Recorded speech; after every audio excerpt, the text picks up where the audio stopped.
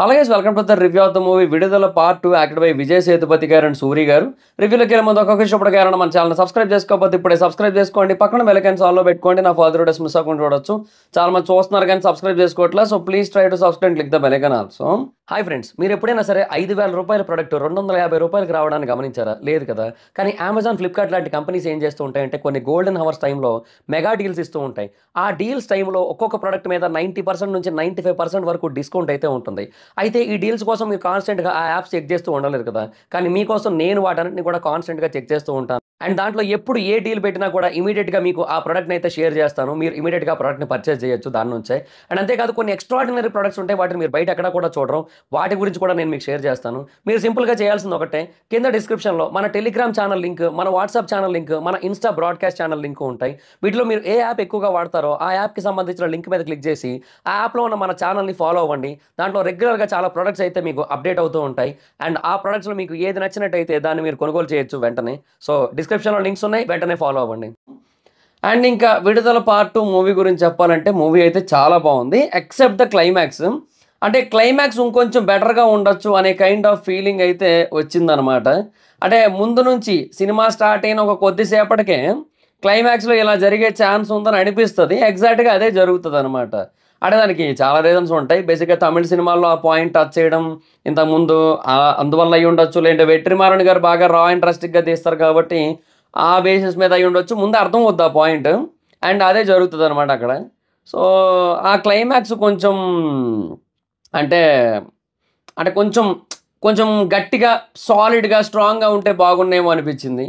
So ముందు మనం చాలా ఎక్స్ట్రాడినరీ స్క్రీన్ ప్లే చూస్తాం. కొన్ని పాయింట్స్ ఉంటాయి, అది చాలా అంటే చాలా ఫెంటాస్టిక్ ఉంటాయి అబ్బా సినిమాలో.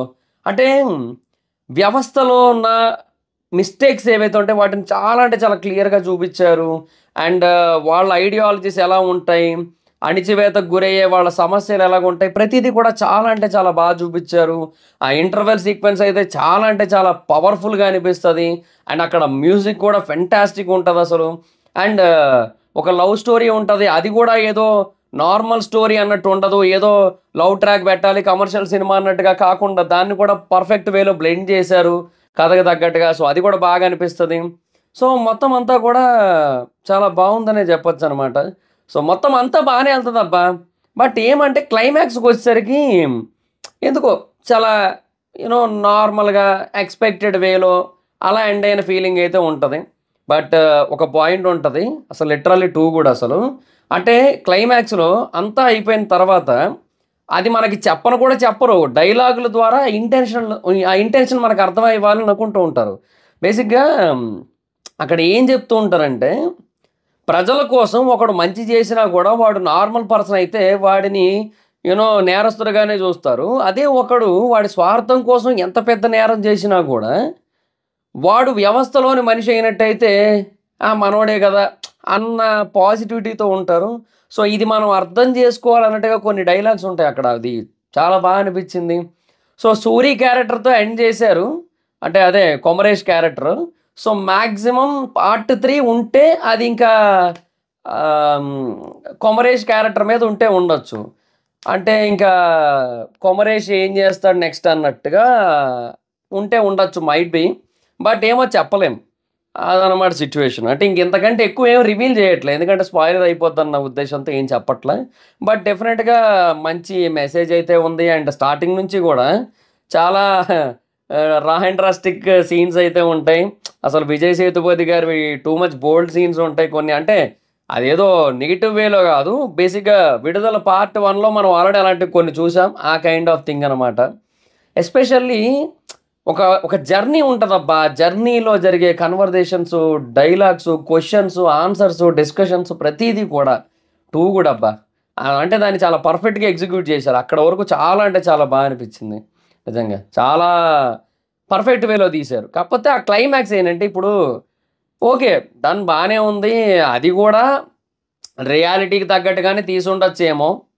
But end of the day ఇప్పుడు మధ్యలో వచ్చిన స్లో మోషన్ షాట్లు కానీ, లేదంటే ఏవైతే అక్కడక్కడ వచ్చిన సినిమాటిక్ ఎలివేషన్స్ కానీ ఇవన్నీ కూడా ఎక్కడ రియల్ లైఫ్లో ఉండవు. సో దాన్ని సినిమా కోసం తీసుకున్నప్పుడు క్లైమాక్స్ కూడా ఆ సినిమాటిక్ టచ్ ఇస్తే బాగున్నేమో అనే ఫీల్ వచ్చింది నాకు. అంతమించి ఇంకేట్లేదు కానీ మైనస్ చెప్పాలంటే.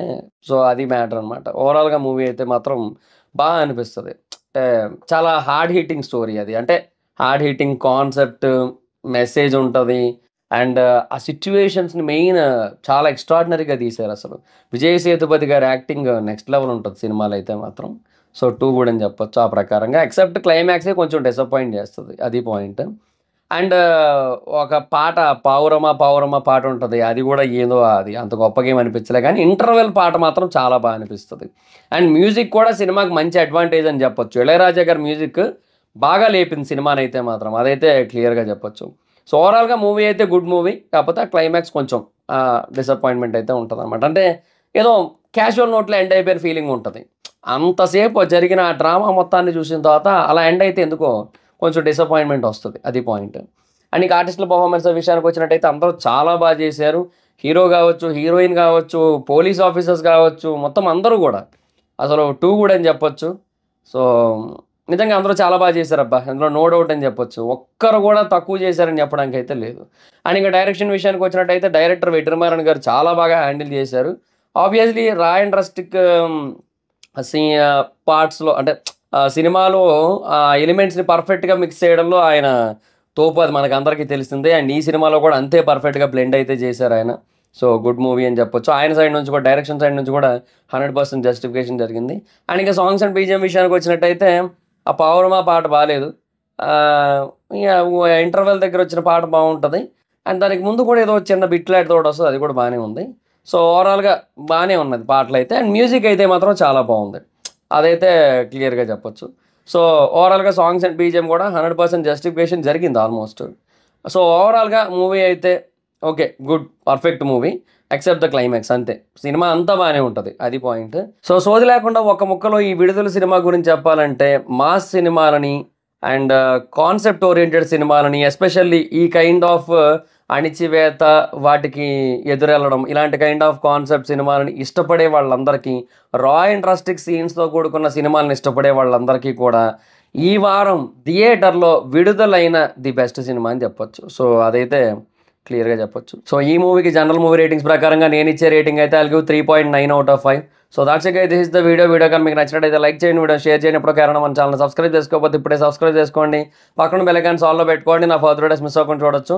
చాలా మంది చూస్తున్నారు కానీ సబ్స్క్రైబ్ చేసుకోవట్లేదు. So, please try to subscribe, click the bell icon also. నా ఇన్‌స్టాగ్రామ్ ఐడీ జబర్దస్త్ మైదర్. ఎక్కడొచ్చి ఫాలో అవ్వచ్చు. Thank you so much guys. Bye. మనం meet next video. Bye bye. ముడి మార్చమంటారు వీళ్ళొకరు. చలేస్తుంది.